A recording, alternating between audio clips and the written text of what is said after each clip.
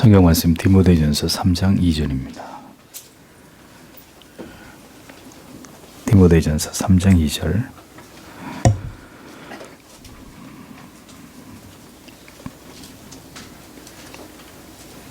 함께 읽겠습니다. 그러므로 감독은 책망할 것이 없으며 한 아내의 남편이 되며 절제하며 근신하며 아담하며 나그네를 대접하며 가르치기를 잘하며. 아멘. 오늘은 성직자의 결혼 금지 관행의 폐해 22번째에서 28번째까지 해설을 하도록 하겠습니다. 22항 성직자들의 권징과 그 부패의 실태.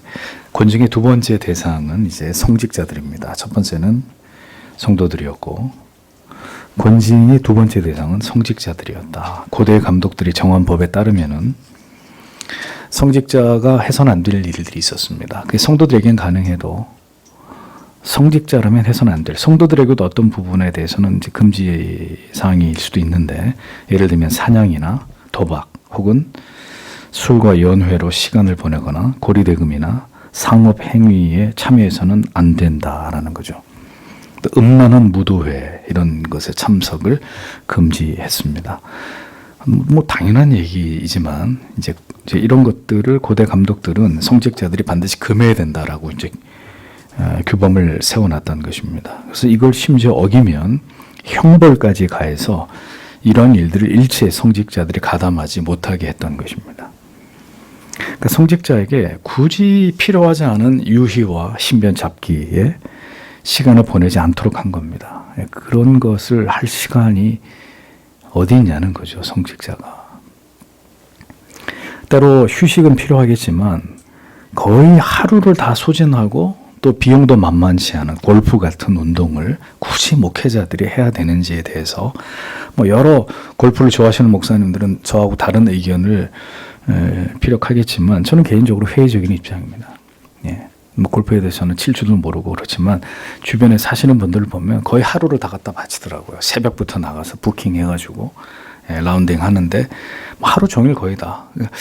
목회자가 그렇게 할 시간이 그렇게 그런 것을 할 만큼 시간적 여유가 많은 사람들인가, 이런 부분에 대해서 저는 회의적인 입장입니다. 또 성직자들이 교회가 주는 사료를 만족하지 못하고 개인적으로 펀드를 한다든지 주식 투자를 하는 것, 성직자가 바람직하지 않다고 생각합니다. 목회자가 세속의 다른 직업을, 투잡을 갖는 거죠. 목회하면서 또 다른 직업을 가지고 경제적인 수익을 얻어요. 어떤 목사님은 유튜브 해가지고 또 엄청난 기부를 받기도 하고, 이러한 것들이 모두 시대를 뛰어넘어서 목회자들에게, 성직자들에게 지양해야 될 일들이 아닌가, 그런 생각을 하는 것입니다. 감독들은 성직자들을 다스리고 의무를 다하도록 독려했고, 이를 위해 이제 연례 시찰과 교회 회의, 지금으로 말하면 노회 같은 모임입니다. 제정해서 의무를 소홀히 하는 성직자들 훈계하고, 심지어 이제 성직자가 죄를 범하면 징계했단 말입니다. 엄격하게 이렇게 성직자들을 감독하는 이런 일들을 분명히 시행을 했다는 거죠. 그래서 죄가 드러난 성직자들에 대해서는 심지어 면직을 시키는 거예요. 그러니까 파문하는 거죠. 목사직에서 목사가 아닌 거예요. 더 이상 면직을 시키는 겁니다. 수찬 정지도 시키고, 성도들만 권징을 받은 게 아니라 성직자들까지도 이렇게 엄하게 징벌을 가해서 회개하도록 만드는 이런 일들을 시행했었다는 겁니다. 그러니 여러분, 이제 다시 시대로 우리가 적용을 해서 얘기를 해보자면, 성직자들의 타락을 막으려면 그럼 어떻게 해야 되겠습니까? 장로교 안에 노회나 시찰회의 기능이 지금보다 훨씬 더 강화되어야 되겠죠. 예? 그러니까 이미 고대 교회에 이런 제도를 가지고 시찰을 하고, 교회마다 성직자들을 시찰하고, 그 다음에 노회에 모여서 그 교회들을 다 감독하면서 성직자가 바르게 목회를 하고 있는지를 다 이렇게 점검을 했단 말이죠. 예. 그러니 이 시대에도 마찬가지잖아요. 성직자들의 이런 타락을 막으려면 장로교 안에 노회나 시찰회에 더 강력하게 이 기능을 강화시켜서 목회자들을 감독해야 되는 것입니다. 근데 불행하게도 이와 같은 성직자들을 감독하는 시스템이 점점 무너지는 거예요. 이걸 굉장히 이제 소홀히 여기기 때문에 결국 성직자들의 부패와 타락은 더 만연해지고 있는 게 현실이라는 것입니다. 감독을 하지 않으니까. 그러니까 문제가 매우 심각해지도록 전혀 노예가 이걸 발견하지 못하는 거예요. 한 교회의 어떤 성직자의 그 도덕적인 문제가 아주 썩을 대로 썩었는데도 노예가 전혀 그걸 모르고 있는 거예요. 그래서 나중에 이제 일반 세상이 알려지면서 뒤늦게 노예가 아무개 교회에서 목회자가 이러이러한 죄를 저질렀다. 그래서 이제 뭐 세상에서 난리가 나잖아요. 그런데도 더 웃기는 것은 세상의 매스컴에서 연일 그 목사를 비판하는데도 노예가 총회가 나서서 그 목사를 비호해 주는 거예요. 이 목사 죄 없다. 잘못 알려진 거다. 그러니까 최악인 거죠. 최악. 그러니까 문제가 매우 심각해지도록 전혀 노예가 이것을 발견하지 못하다가 결국은 대형 사고로 이어지는 경우들이 다반사입니다. 권징과 치료는 성도님들에게만 필요한 게 아니라 목회자들에게 먼저 강력하게 시행되고 이루어져야 되는 것이죠. 그러니까 이러한 개혁 없이 교회가 바로 설 수 있겠습니까? 불가능한 얘기예요. 그러니까 지금도 노예 몰래 개교회 목회자들이 그렇게 하면 안 되지만 어떤 나쁜 짓을 저지르고 있는지를 아는 사람이 없잖아요. 그러니까 성도님들이 뭔가 잘못한 거는 금방 드러나는데 목회자들이 뭔가를 잘못한 거는 잘 안 드러나요. 그게 드러날 때는 굉장히 상황이 심각해져가지고 나중에 드러나요. 왜? 감춰주고 다 감춰지기 때문에 안 드러난단 말이에요. 잘. 그러니까 그것을 누가 하겠어요? 목회자들을 시찰하고 노예에서 목회자들을 감독하면서 그렇게 하지 않으면 어떻게 목회자들의 이 도덕적인 부분, 윤리적인 부분, 또 목회를 어떻게 하는지에 대해서 제대로 이게 감독이 돼서 이런 부분들이 교정이 되겠습니까? 근데 이런 것들이 다 제도적으로 죽어버렸기 때문에 있으나 안 하는 거예요. 시차례가 있기는 해도 전혀 교회들마다 돌아다니면서 엄격하게 장부 검사하고 재정 검사하고 목회자의 신변에 대해서 묻고, 예를 들면 선배 목사님들이 후배 목사님들에게 목사님 하루에 기도 얼마나 하십니까? 성경 연구 얼마나 하십니까? 설교 준비를 위해서 일주일 동안 시간 얼마나 들이십니까? 신방은 일주일에 몇 가정을 옛날에는 선배 목사님들이 철저하게 후배 목사들 교회에 시찰장이나 선배들이 가서 노예 이제 그런 감독권을 가진 자들이 교회를 방문하면서 다 그렇게 했단 말입니다. 그래서 잘못하면 엄하게 책망을 받고 문책을 받고, 근데 그렇게 해야 모든 게 투명해질 거 아니에요. 근데 이제 아무도 시대가 이렇게 흘러가니까 성도님들께서도 목사들에게 관여받는 거 싫어하듯이 목회자들도 노예나 총회의 관여를 싫어하니까 이제 서로 이제 이런 것들에 대해서 더 이상 피곤하게 하지 않는 거죠. 그러니까 어떻게 돼요? 부패하고 타락하고 썩어가는 거죠. 교회 중에 이제 교회 회의 중에 노예를 말하는데, 지금의 노예를 말하는데 내회 장소를 결정하는 것, 이런 거는 지금 노예에서도 해요. 노예 거의 마지막 순서에는 내회 장소를 결정하는 건데, 그 내회 장소란 다음번에 노예를 어느 교회에서 할 거냐, 이건 지금까지 이렇게 시행되고 있는 부분입니다. 또 세계적인 공의회, 지금은 세계적인 공의회는 없어요. 없어졌는데 그 당시에 이제 세계적인 공의회, 이단 척결하고 이런 중요한, 이런 황제가 소집권을 가지고 있었다. 그리고 이제 시대가 이제 지나면서 이제 총회, 대회로 모이는 이제 이런 모임들이 있었죠. 지금으로 말하면 총회인데, 근데 전에도 말씀드렸다시피 그러면 그 총회의 의장으로서 그 총회 의장은 그 총회를 하루면 하루, 이틀이면 이틀, 그 총회를 주관하는 총책임자로서의 의장권을 가지고 하루나 이틀이나 그 의장권을 발휘했어요. 옛날에는. 그리고 그 총회가 끝나면 조직은 다 다시 없어지는 겁니다.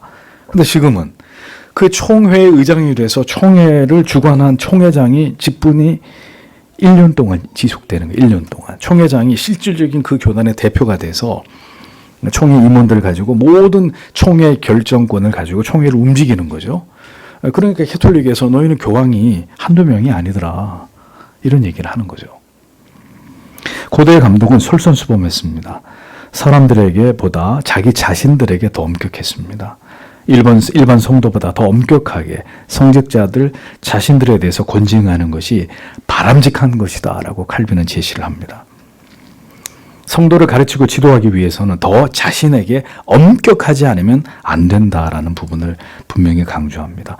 자, 이제 목회자가 되면 누가 목사를 감독을 하냐고요. 누가? 목사가 몇 시에 일어나는지, 교회 몇 시에 출근해서 몇 시까지 있다가 집에 가는지, 교회에서 있을 동안에 뭘 하는지. 아니, 누가 목사를 그걸 감독을 해요. 그러니까 이제 하나님 앞에서 목회자가 자기 양심을 가지고 목사로서 더 엄격하게 자기의 삶을 자기 스스로 통제하고, 근데 그게 안 되니까 동료 선후배 목사들 혹은 시찰의 노회가 그것을 감독해 주는 거 아닙니까? 그 개인적인 일탈이나 타락을 미연에 방지하기 위해서. 그런 걸 다 끊어버리면 사람은 타락하기 마련이거든요. 그러니까 이제 이런 장치들이 다 없어져 버리게 되니까 더 급격히 교회가 타락하는 문제들이 일어나게 되는 거죠. 그래서 일반 성도보다 더 엄격하게 성직자들이 자신들에 대해서 권징하는 게 바람직하다고 칼빈은 얘기를 했어요. 성도를 가르치고 지도하기 위해서는 더 자신에게 엄격하지 않으면 안 된다는 것입니다. 그러니까 자신에 대해서는 한없이 관대하면서 타인에 대해서 엄격하다면 그 권위를 누가 인정하고 존중해 주겠느냐 하는 거죠. 그러니까 언제나 자기 자신을 살피는 일에 극도로 주의해야 될 자들이 지도자들이 되어야 한다. 그건 세상이나 교회나 일반이다라는 것입니다. 로마 가톨릭 교회는 이 모든 거대 감독들의 모범들을 모두 버렸습니다. 성직자들의 방종과 무절제가 팽배하게 되었습니다. 참 안타까운 것은 역사는 순환되고 있다는 거죠. 그러니까 근본적인 안전장치가 없다면 예전에 그랬던 길로 치우치던 악습은 성도 여러분 수백 년이 지나도 반복될 수밖에 없는 거예요. 그러니까 근원적인 그런 제도를 만들어서 전적으로 타락하고 부패한 인간들의 그런 죄성을 미연에 예방하고 방지하는 건강한 시스템을 교회 안에 구축해 놓지 않으면은 그러면 가톨릭을 욕할 게 아니라 지금의 교회들도 똑같은 부패와 타락을 답습하는 이런 문제들을 만들어내고 있다는 거죠.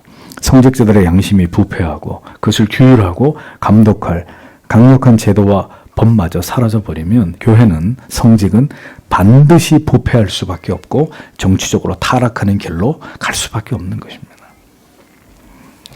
오늘의 장로교의 모습은 결코 부패한 로마 캐톨릭과 다를 바가 없습니다. 단언하건대 다를 바가 없어요.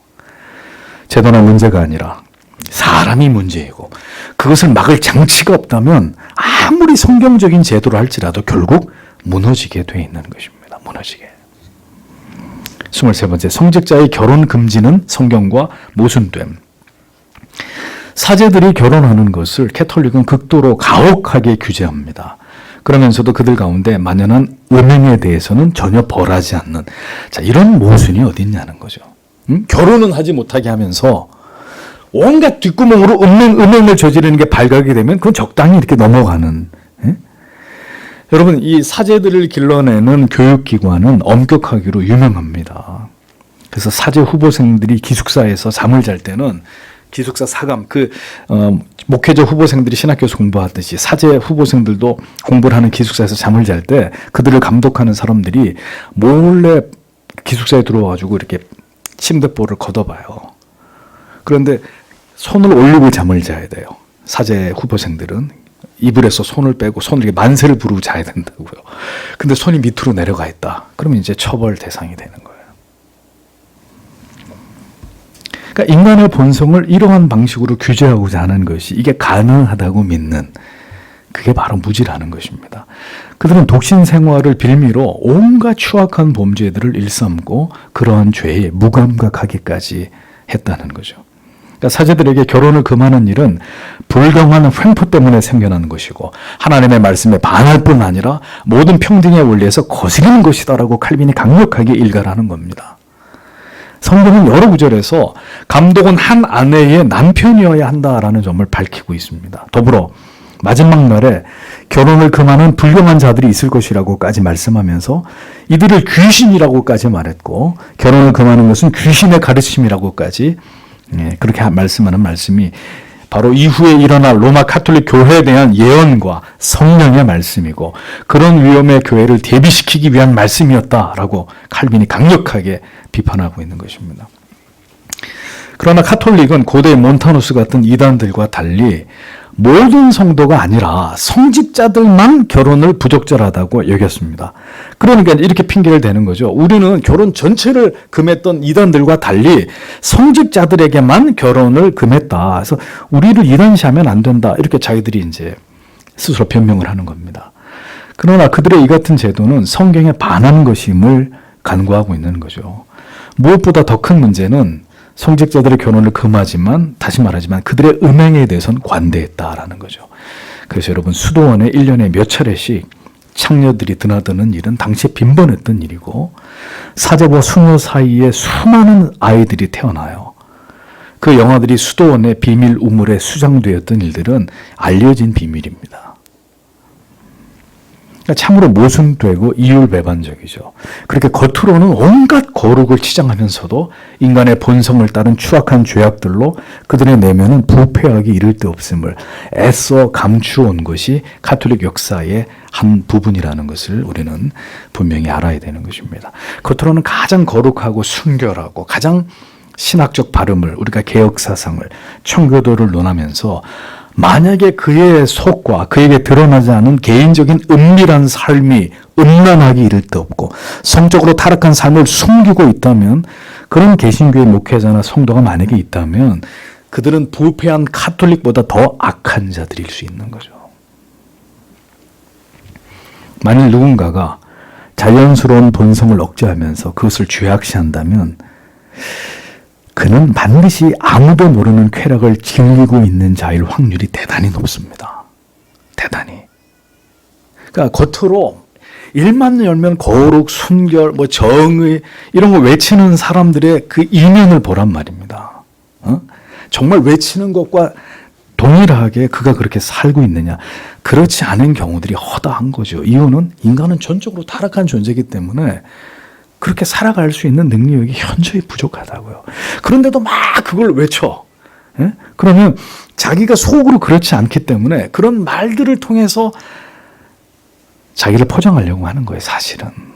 그러니까 조용히 그런 삶을 사는 사람들은 밖으로 이야기하지 않아요. 왜냐하면 자기 자신도 그게 제어가 안 되는 수치와 부끄러움을 느끼고 있는데 누구 보고 어떻게 그렇게 하겠어요. 나부터 하나님 앞에서 그렇게 살도록 최선을 다해야 된다. 이런 생각을 하겠죠.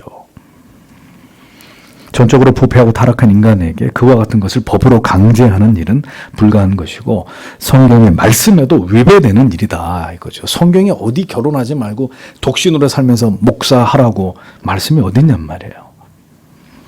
교황주의자들의 그릇된 성경 해석. 가톨릭은 바울 사도가 선한 감독의 완전한 모습을 표시하면서 그 가운데 결혼을 포함시킨 것으로 인해서 교회의 질서를 혼란케 하고 교회의 균형을 무너뜨렸다라고 비난합니다. 가톨릭은 디모데전서 3장이죠. 그러므로 감독은 책망할 것이 없으며 한 아내의 남편이 되며 절제하며 근신하며 아담하며 나그네를 대접하여 가르치기를 잘하며 이 말씀과 디도서 1장 6절 책망할 것이 없고 한 아내의 남편이며 방탕하다 하는 비방이나 불순종하는 일이 없는 믿는 자녀를 둔 자라야 할지니라 이 구절을 전혀 다르게 해석을 합니다. 이 구절들은 그들이 주장하는 대로 아내가 있는 자들을 감독으로 택하지 말아야 된다는 의미가 아니라 오히려 디모데후서 3장 11절에서 보듯이 결혼을 감독들의 덕목 가운데 하나로 열거하고 있다는 것을 우리가 확인할 수 있습니다. 그런데 가톨릭은 이 같은 말씀을 교회 성직자들에게 용납할 수 없는 과오라고 가르친다는 거예요. 그러니까 성경을 지금 부정하고 있는 거예요, 그들은. 그리고 덧붙여 교회법을 통해서 결혼은 더러운 것이고 육체를 오염시키는 것이라고까지 말합니다. 그러나 그리스도께서는 아는 바와 같이 자신과 교회를 부부에 비유하시면서 신성한 연합을 상징하는 비유로까지 말씀하셨습니다. 그렇게 성직자의 결혼을 반대하면서 그들이 은밀히 행하는 온갖 추악한 음행은 그럼 아름다운 거예요? 그거는 그럼 하나님 보실 때 합당한 겁니까? 그렇게 모순으로 가득한 모습이 바로 로마 가톨릭이었다는 것을 우리는 기억할 필요가 있습니다. 그 다음으로 성경에 근거한 그릇된 논지에 대한 반론. 가톨릭은 성경이 명백하게 결혼을 금하는 것이 성경적이지 않음을 밝히고 있는데도 여전히 자기들의 주장을 지지해 줄 성경을 찾습니다.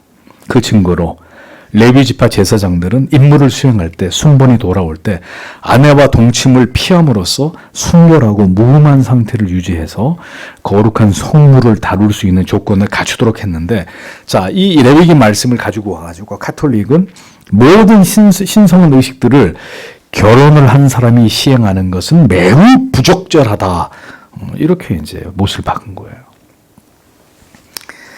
그런데 참, 그러니까 우리가 이 기독교 강요를 공부하면서 한 가지 깨닫게 되는 카톨릭의 가장 큰 문제가 뭐죠? 성경에 대한 그릇된 해석이잖아요. 그러니까 카톨릭의 모든 오염된 그 신학과 그들의 삶의 문제는 성경을 아전인수식으로 해석하고 전혀 성경의 원뜻과 다르게 그 말씀을 해석해서 마음대로 자기들이 제도와 법을 만들고 자기들에게 적용했다는 거예요. 여기서도 마찬가지입니다. 레위 지파의 제사장들은 예수 그리스도의 모형이에요. 하나님과 사람들 사이의 중보자로서의 자신의 완전한 순결하심으로 아버지를 우리와 화목시키실 그리스도를 예표하는 존재가 구약의 레위 지파의 제사장들이었단 말입니다.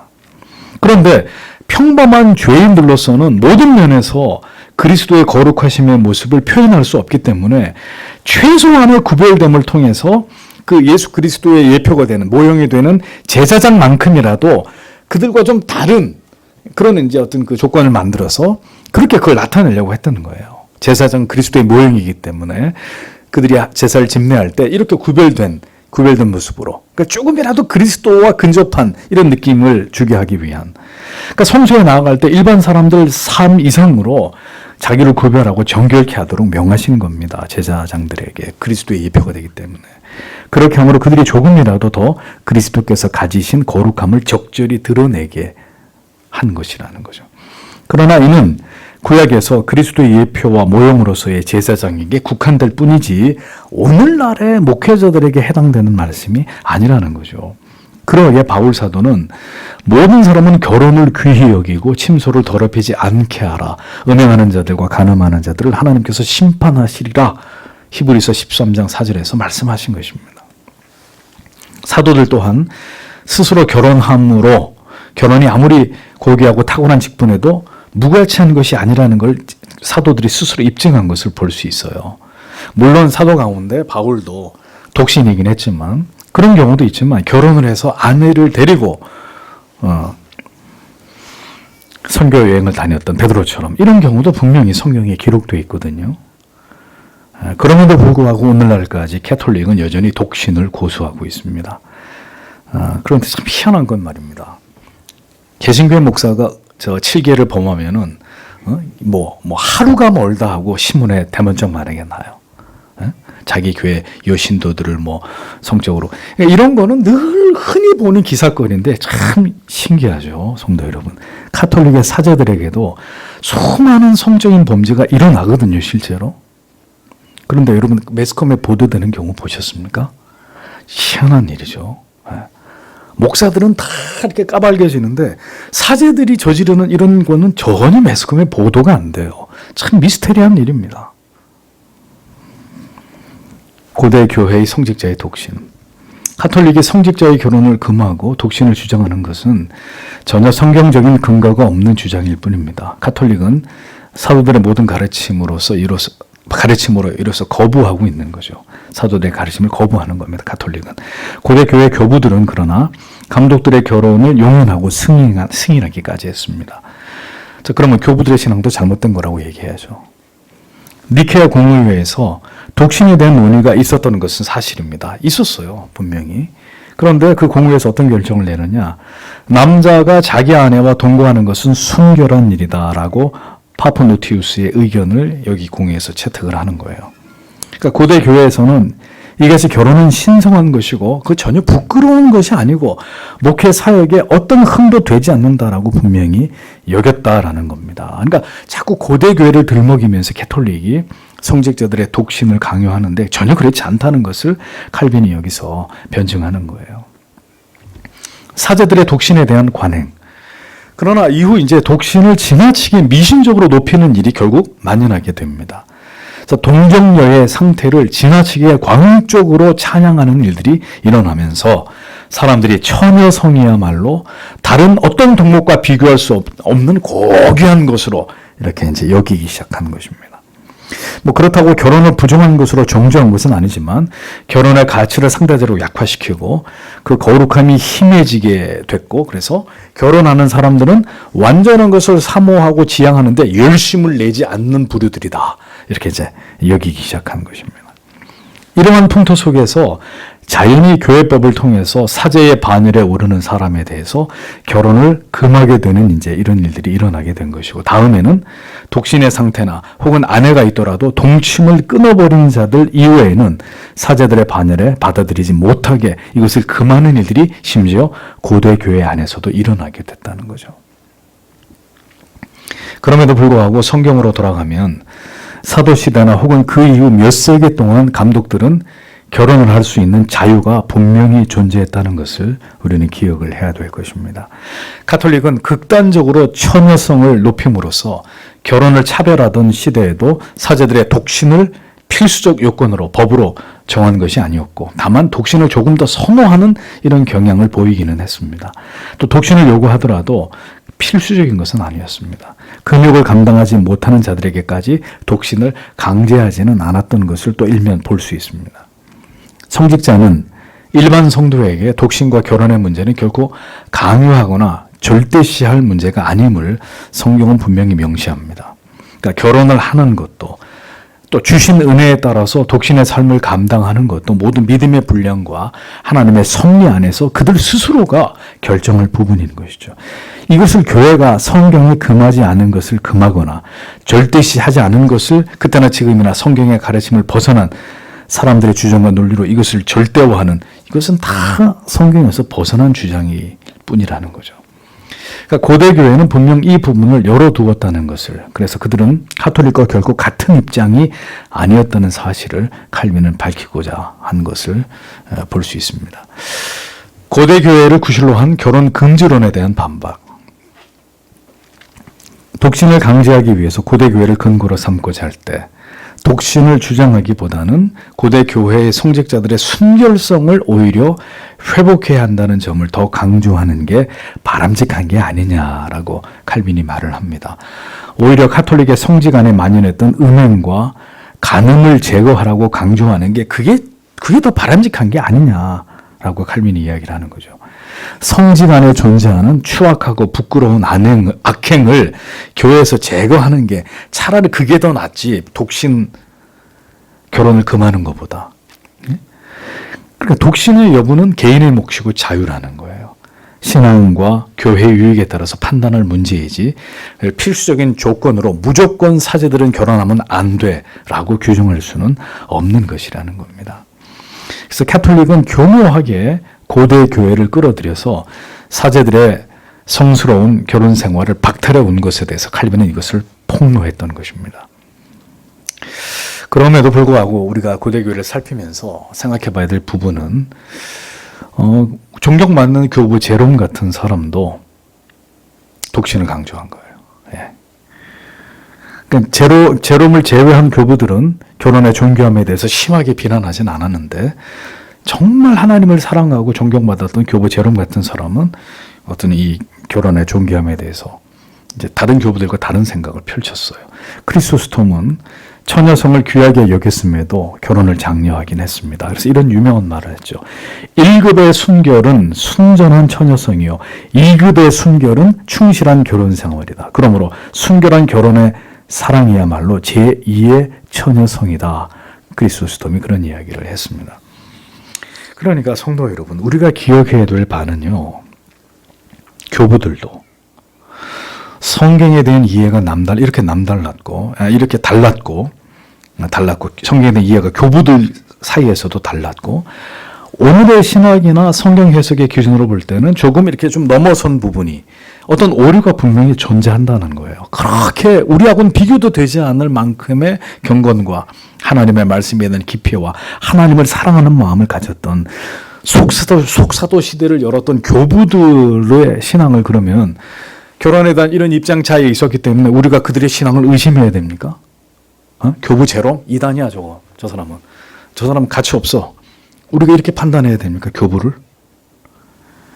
그러니까 오늘의 기준으로 볼 때 더 발전된 신학적 안목과 또 성경신학적 관점에서 볼 때 오늘의 기준으로 볼 때 교부 시대뿐 아니라 그렇게 따지면 칼빈의 시대나 청교도의 시대 역시 분명히 오류가 존재하거든요.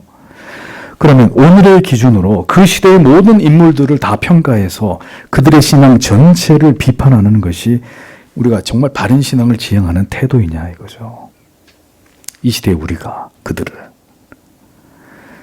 목욕물을 버리다가 아이까지 버리는 이런 어리석은 일, 이런 일은 매우 교만하고 우리 자신의 신앙을 돌아보지 못하는 우매함에서 비롯되는 것이라는 거죠.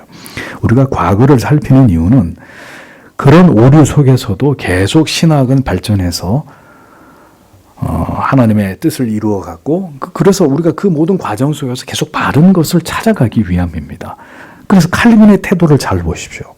분명 교부들의 어떤 신학, 그들의 모습 속에 다소 부족한 부분이 있다는 것을 이야기하는데도 그 시대 속에서 그것을 이해하고 그들을 존귀하게 여기려는 태도가 우리에게 분명히 필요하거든요. 그래서 칼빈도 그런 부분을 분명히 있다고는 하지만 그들을 비난하나요?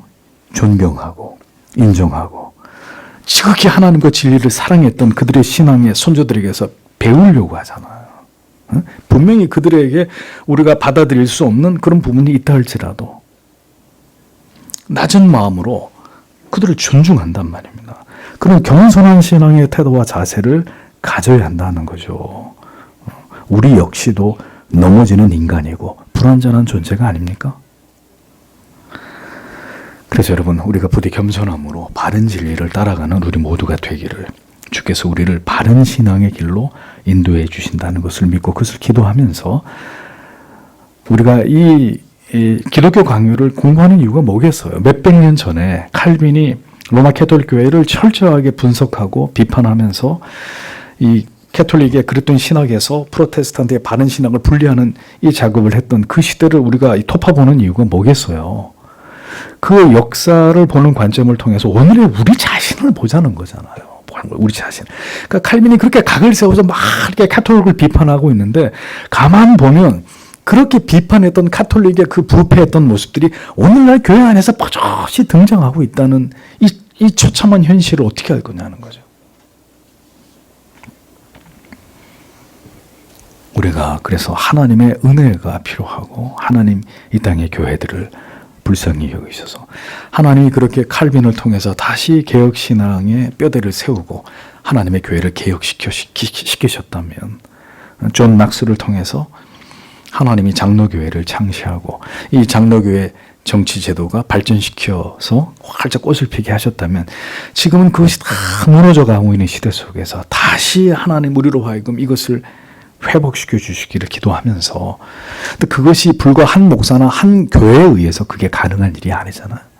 그러니까 이런 생각을 가지고 있는 교회나 목회자들이 더 많이 모이고 그들이 노회에 가서 소리를 내고 교회가 다시 이렇게 돌아가야 되지 않겠습니까? 모든 직제와 예배와 모든 신앙의 틀이 정말 우리의 개혁 선조들에 의해서 만들어진 것으로 돌아가야 되지 않겠습니까? 계속 소리를 내야 되는 거죠. 그래서 여러분들이 이런 것들을 아셔야 교회가 어느 방향으로 가는 게 맞구나라는 기준이 서실 것이고 교회를 위해서 우리가 무엇을 기도해야 되는지를 정확히 아시게 되는 것이죠. 그래서 우리는 지금 기독교 강요를 공부하고 있는 것입니다. 이런 생각들을 가지시고 교회를 위해서 더 뜨겁게 기도하시는 여러분들이 되시기를 바랍니다. 오늘도 우리에게 주신 말씀을 생각하면서 다 함께 하나님 앞에 간절히 기도하겠습니다.